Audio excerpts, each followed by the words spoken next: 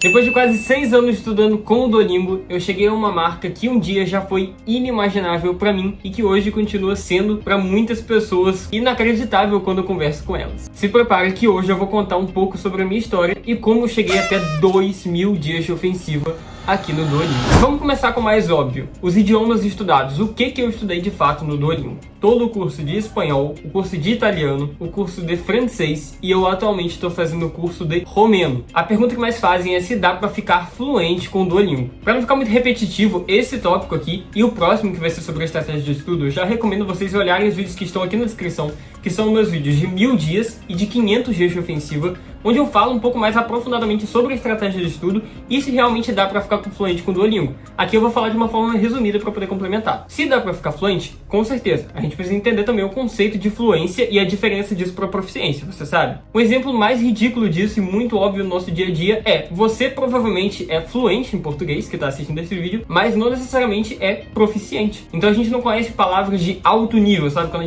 gente vê aquela palavra chique, a gente não entende o que significa, mas no dia a dia a gente consegue se comunicar, a gente se entende. Quando alguém fala rápido, alguém fala uma gíria, a gente entende. Porque isso é ser fluente, é você conseguir se comunicar sem grandes problemas, ouvir, entender, falar, escrever, tudo isso com pessoas nativas também. Mas não significa que você é o próprio dicionário em pessoa. Isso significa você ser proficiente. Mas eu acredito que a maioria das pessoas entre no Duolingo justamente para poder falar o idioma, ficar fluente. Isso é possível? Sim. A sua fluência vai depender apenas de você mesmo. O que você faz por fora disso? Ou o que você faz com os conteúdos que você aprende nessas aulas. E eu não tô falando isso só pro Duolingo. Mesmo que você faça um curso de inglês particular, você faça um curso de espanhol particular, numa escola ou com um professor. E no Duolingo é muito mais importante que você tenha esse autocontrole, porque você está estudando sozinho. Então o principal fator para você pegar as lições do Duolingo e ficar fluente com elas, você transformar esse conhecimento teórico que está ali nas lições, transformar em fala no seu dia a dia, é como você vai implementar isso na sua jornada de estudo. É mais importante no começo da jornada sua de idiomas que você aprenda a aprender. Descubra a melhor forma que você aprende e memoriza aquilo que você aprendeu. Não só memorizar, mas como você aprende a usar isso num contexto e a longo prazo também com frases e conversas reais. No meu caso, eu descobri que o que melhor funciona para mim são duas coisas. Primeiro, anotações em caderno. As frases que eu aprendi, as que estão exatamente ali no aplicativo, estritamente, e também frases novas que eu faço ou simplesmente adapto e mudo algumas coisas daquelas ali que estão na lição mesmo. Só que de longe, a estratégia que mais funciona para mim, para eu memorizar e lembrar das palavras ao longo prazo, é a estrutura de flashcards. Basicamente, você coloca a palavra na frente e atrás você coloca a tradução dela. Faço isso no aplicativo e ele vai te lembrando de como memorizar elas usando repetições passadas. Óbvio que depende de pessoa para pessoa, mas para mim isso é excelente. Agora eu vou falar de algo que eu nunca falei aqui no canal, que é o meu nível de satisfação com o Duolingo. Eu vou falar isso de forma bem aberta. Por favor, não se ofenda, tampe os seus ouvidos, porque o que eu vou falar aqui pode ser um pouco chato. Quando eu comecei a usar o Duolingo ele se promovia como uma comunidade de alunos e era um lugar perfeito. Você tinha fóruns de discussão, comentários para cada questão, então a comunidade em si, os próprios usuários se ajudavam. Até um tempo atrás eram os próprios usuários que faziam os próprios cursos do Duolingo através de uma plataforma chamada a incubadora do Duolingo. Quem é mais antigo vai conhecer. Hoje, obviamente, é a empresa própria que faz os cursos. Não tô reclamando disso, só tô dizendo que realmente como essa estrutura toda mudou e ela deixou de ser mais controlada pela comunidade para ser controlada pela empresa. Sinceramente, hoje eu não acho que o Duolingo é mais aquilo que ele já costumou ser. O processo de gamificação ficou muito mais forte, muito mais forçado, tá difícil de progredir com a questão de baterias, inclusive, que eles colocaram recentemente. Não sei se você sabe, até 2022 os usuários poderiam interagir num fórum, cada questão tinha um botão de pergunta, então você podia perguntar, responder, tirar suas dúvidas. Eu mesmo tinha mais de 100 posts no fórum do Duolingo, também vou deixar aqui na descrição, eu salvei todos no meu próprio site. Então, na verdade, eu sinto que o Duolingo tem isolado cada vez mais o usuário do resto das pessoas, entendeu? Tem sido uma experiência muito solo. E como eu disse, uma das principais coisas que me atraiu pro Duolingo foi o fato de ser uma grande comunidade de alunos, por isso que eu acho que isso vem decaindo ao longo do tempo e vem meio que me espantando um pouco. Ah, Matheus, mas por que você continua a fazer o Duolingo se você tem tantas críticas com ele? Porque o método ainda funciona pra mim. Primeiro que o Duolingo é gratuito, ele apoia a educação gratuita e eu amo isso, é muito bom. E eu não estaria falando com vocês aqui hoje que eu falo 6 idiomas na frente da câmera se não fosse por isso. Então o método funciona pra mim ainda. Eu ainda utilizo o Duolingo porque é a essência do Duolingo, sabe? De lição, de você ter o mesmo projeto autodidata, os meus métodos de aprendizagem, de absorção de conteúdo das lições, sabe? Do mesmo jeito que eu falei, as minhas estratégias de estudo, como eu tiro os conteúdos que eu uso nas lições e transformo isso em influência real, isso não mudou. Enquanto não for algo que mude muito essa essência, eu vou continuar utilizando para poder aprender os idiomas. Agora, uma coisa que me perguntam sempre é, me dá uma dica para como que eu posso ter uma ofensiva alta como a sua. Porque o que eu uso com mais frequência é, eu cheguei a 14 dias e desisti, cheguei a 100 dias e desisti, não consigo, como que você chega até 2000? O segredo é muito simples, gente, é só você não se importar com a ofensiva, depende do que você entrou no Duolingo. Você tem que curtir o processo de estudar, não fica, por exemplo,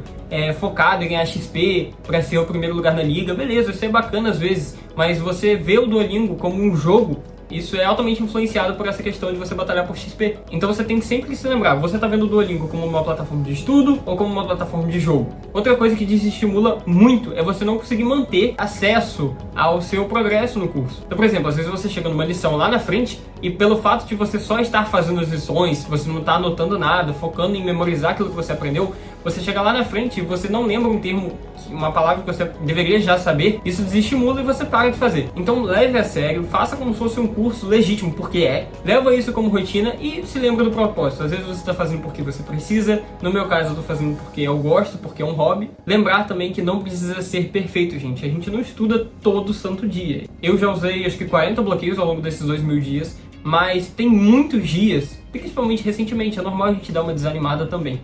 Eu pego, só entro para fazer uma lição, para completar, para não perder o bloqueio, para não perder a ofensiva. Mas o mais importante é você se manter constante dia após dia e continuar estudando, porque você tem que lembrar do motivo que você está estudando. Bom, agora eu vou falar um pouquinho em cada idioma. Na verdade eu estou um pouco nervoso porque eu tinha até esquecido que eu ia fazer essa parte do vídeo. Eu estou com um roteiro aqui e a única coisa que tem aqui é falando um pouco em cada idioma. Não tem nada do idioma escrito aqui. Então eu vou tentar arranhar alguma coisa aqui frente à luz, frente à câmera. Salut, bună seara!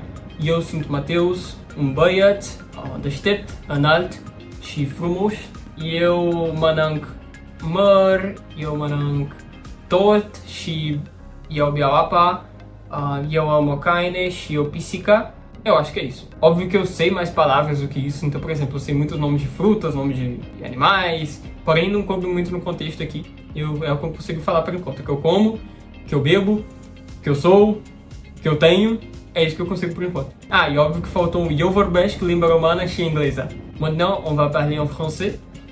Il y a 2-3 mois que j'ai fait une vidéo après la fin de cours de français. Donc il n'y a pas beaucoup de différence depuis cette vidéo et aujourd'hui. Mais quand tu regardes la vidéo de 1000 jours que j'ai fait en 2022, tu vas comprendre la différence qui est énorme. Donc j'ai amélioré mon français beaucoup e je suis vraiment heureux. Adesso parliamo in italiano e veramente è un'altra lingua che mi piace molto, è bellissima e c'è una differenza molto grande dall'ultimo video che ho fatto in italiano, che è stato nella fine del 2022.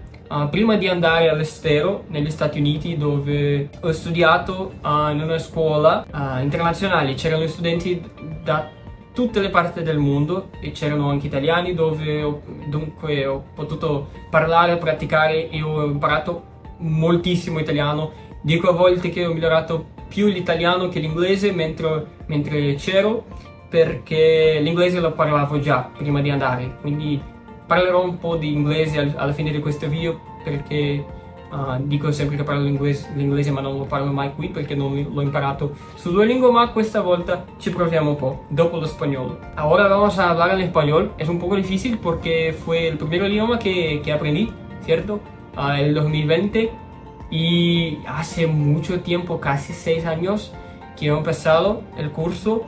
A veces me dicen que el español fue una pérdida de tiempo porque es igual al portugués y les digo que no es posible. Les pongo para ver un vídeo en español y no comprenden nada, no entienden nada. Y les digo que el español no es tan difícil. Obviamente tienen que aprender las palabras que son iguales y que son diferentes del portugués, pero después que lo haces es muy sencillo. Tienes solamente que hablar rápido con un acento español o mexicano. Debes tener atención a las diferencias entre los dos idiomas, el portugués y el español, pero además es muy sencillo. Well, let's talk in English a little bit here now. I'm not really used to this. It's a little bit weird speaking in English in front of a camera because it's super natural.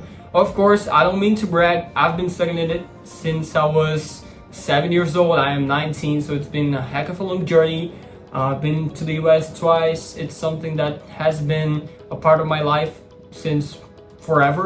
Again, since I was a little baby, of course, I started studying it officially in 2013, but it's been in my life since I was a baby. Of course, the first one in my household to speak English fluently, but it's been present in my life since I was a newborn. Let's say that. I don't know why I'm still speaking in English. Let's go back to Portuguese, and that is it. Então, pessoal, esse que foi um resumo dos idiomas que eu tô falando.